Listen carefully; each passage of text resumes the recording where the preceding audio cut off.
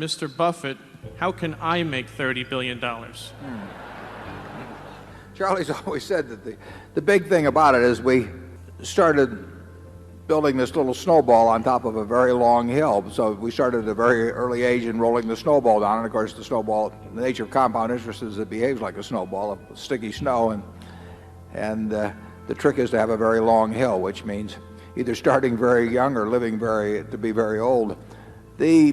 I would do it exactly the same way if I were doing it in the investment world. I mean, if I were getting out of school today and I had $10,000 to invest, I'd start with the A's. I would start going right through companies, and I probably would focus on smaller companies because I would be working with smaller sums, and there's more chance that something is overlooked in that arena.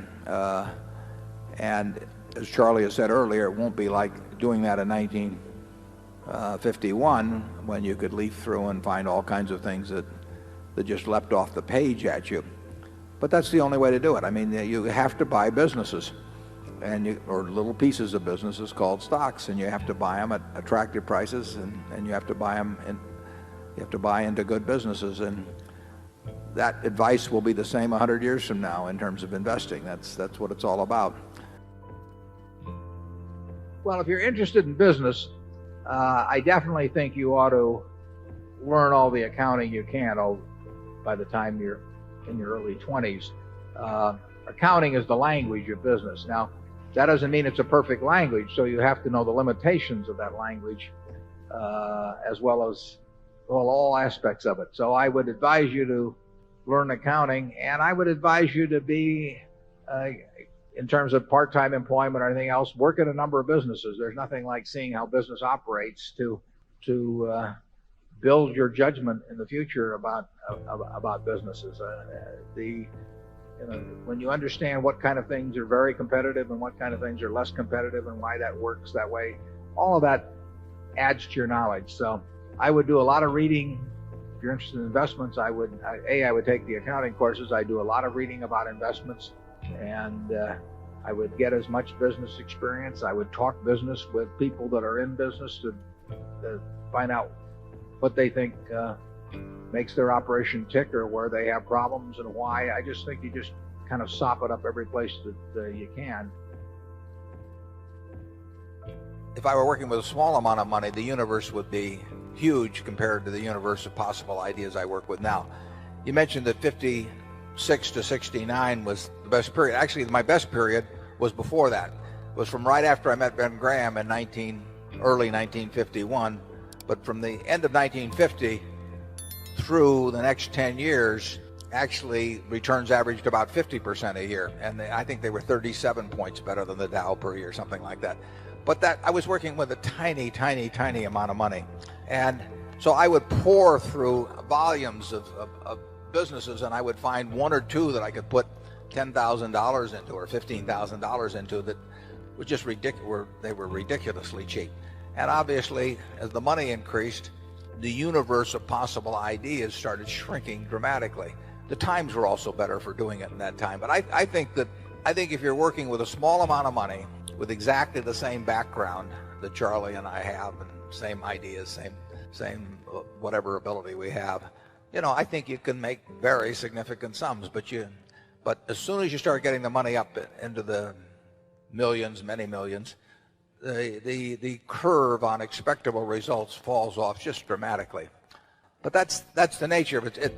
When you get up to things you can put millions of dollars into, you've got a lot of competition looking at that, and they're not looking as I did when I started. When I started, I went through the pages of the manuals page by page. I mean, I probably went through 20,000 pages in the Moody's Industrial, Transportation, Banks, and Finance manuals, and I did it twice. And I actually, looked at every business. I didn't look very hard at some. Well, that's not a practical way to invest tens or hundreds of millions of dollars. So I would say if you're working with a small sum of money and you're really interested in the business and willing to do the work, you will find something. If you were, there's no question about it in my mind. You will find some things that promise very large returns compared to what we will be able to deliver with large sums of money. Is business school worth it? Depends on the person.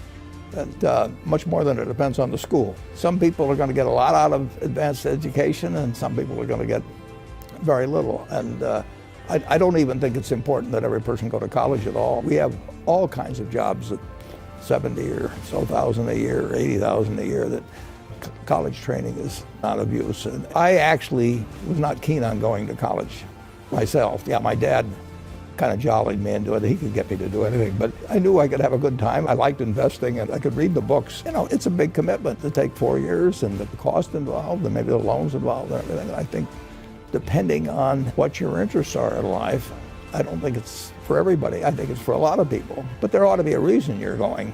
And I didn't really see much reason. There's nothing like following your passion. I mean, I love what I do, obviously, and I've loved it the whole time I've done it. Charlie is the same way.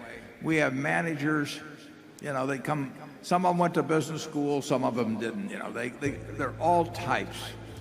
But the common factor in them is they love what they do, you know, and you've got to find that in life, and some people are very lucky in finding it very early. I was it was dumb luck that my father happened to be in the securities business, so when I would go to his office, there were a lot of books to read, and I got entranced with that. But, you know, if he'd been in some other occupation, I think I would have read those books eventually, but it would have been a lot later. So if you find something that turns you on, my guess is you're going to do very well in it. And the beauty of it is, in a sense, there's not that much competition. I mean, there are not a lot of people out there that are going to be running faster than you in the race that you elect to get into. And if you haven't found it yet, you may well have found it, but if you haven't found it yet, you've got to keep looking. And we've got 70 plus managers, you know, some of them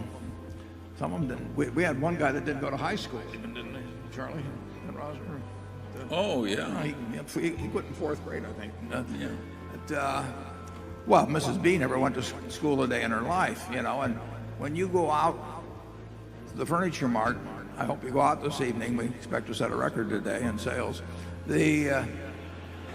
What you are looking at on those 78 acres, you know, is the largest home furnishing store, about 400 million of sales, largest store in the United States, and it comes from $500 of capital paid in by a woman that never went to school a day in her life and couldn't read or write. You know, I mean, she loved what she was doing, and you know, I tell the story. This is a true story.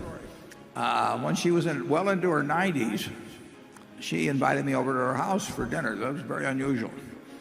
At a very nice house, 6 or 7 blocks away from the store. And I went into the house, and the sofa, the chairs, the lamp, the dining room table, they all had little green price tags hanging down at them. It made her feel at home. And I said to her, Mrs. B, you are my kind of woman, yeah? Forget Sophia Loren and all the rest. I mean, this is my kind of woman. She loved it, you know, and she loved it all her life, and just think of what that produced. I mean, it's incredible. I mean, one time my dad used to quote Emerson that the power that lies within you is new in nature, you know, and basically the power that was within Mrs. B was new in nature, and just over a lifetime it produced amazing things. So find your passion, and then don't let anything stop you. The biggest mistakes are the ones that actually don't show up. They're the mistakes of omission rather than commission. The key is to certainly, in terms of your personal life, the most important decision you'll make is the spouse that most of you will likely have. And it's very important to surround yourself with people that are better than you are. You are going to move in the direction of the people you associate with. So I've been enormously lucky in that respect. I mean, I've just had teachers and friends and a spouse that really was a better person than I was, and I had enough sense to learn from these people that life went better if you behave better yourself. It took a while.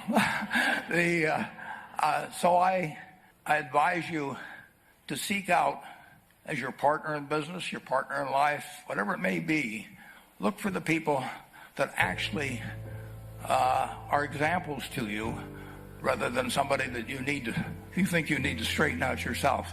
And simple rules like that, delighting customers, working through other people, associating with people that will cause you to move in a better path than you might otherwise have, they will take you so far in life that it's hard to believe.